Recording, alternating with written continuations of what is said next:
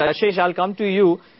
Just in order to figure out if indeed what the FM has done today, whether or not it gives the RBI that little bit of an elbow room to tinker with the key policy rates in the month of April, because the governor was pretty categorical in the previous RBI meet that they will not go ahead with any kind of moves on the policy rates until the government shows signs of fiscal consolidation, which will begin with the budget.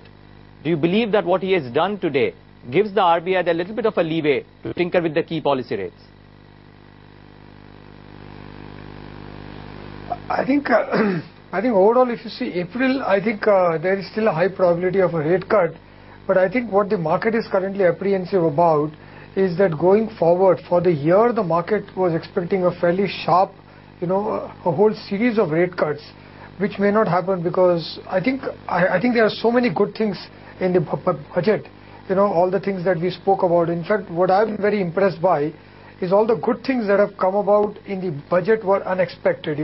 Quite a few things. In fact, all of us were afraid that corporate income tax will go up, income tax rates may go up. So I think holding that down, increasing income tax slabs and all that has been great from a common man's point of view. And I think along with that, the only thing that has been counterbalanced by all this is the increase in excise and the service tax.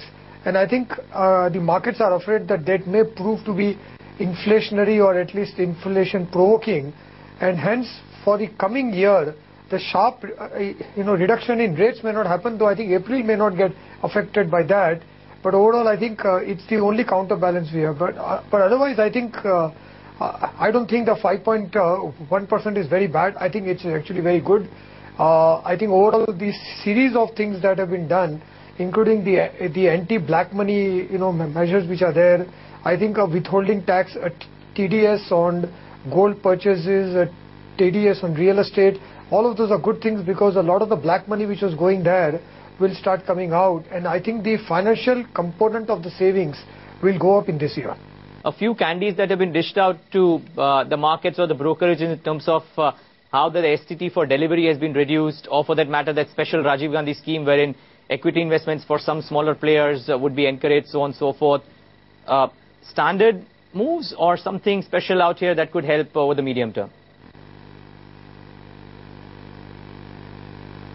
Yeah, I think as you call them candies, but I think they're all small amounts. But I think the overall, if you see this, along with the QFI investment in the corporate bond market, the increase in the tax-free bonds, the electronic IPO for investors, retail investors, through the brokerage system, I think all these are indicative that the FM is indicating that we want to use capital markets more and more for channelizing savings into capital formation.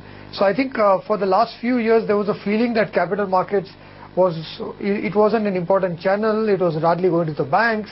I think now it seems to be that the government is wanting to get capital markets again back on track, want to increase the equity culture. So I think I would go actually beyond the amounts involved, but also look at the intention. And I think the intention is to start expanding the equity culture, especially amongst retail investors and the households, which over the last few years has been going down. So overall good, I think happy news because I think India, as I think others spoke, consumption demand is not a problem in India. The key problem we have is investments. And for investments, we need to channelize savings into investments.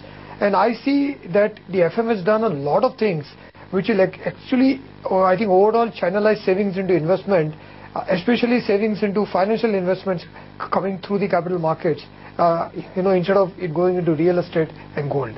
So overall, I think happy to hear all this, and it will be overall good for capital markets in India. Overall, you would say that this is a mildly positive or a budget that is in line with estimates, and just a word on the other key sector which anticipated a few dollies but didn't come about, the capital goods space, wherein the expectations were that he would definitely come out with a 15 to a 19% import duty on power equipment, and that would help some of the domestic capital good manufacturers. That hasn't come about as well.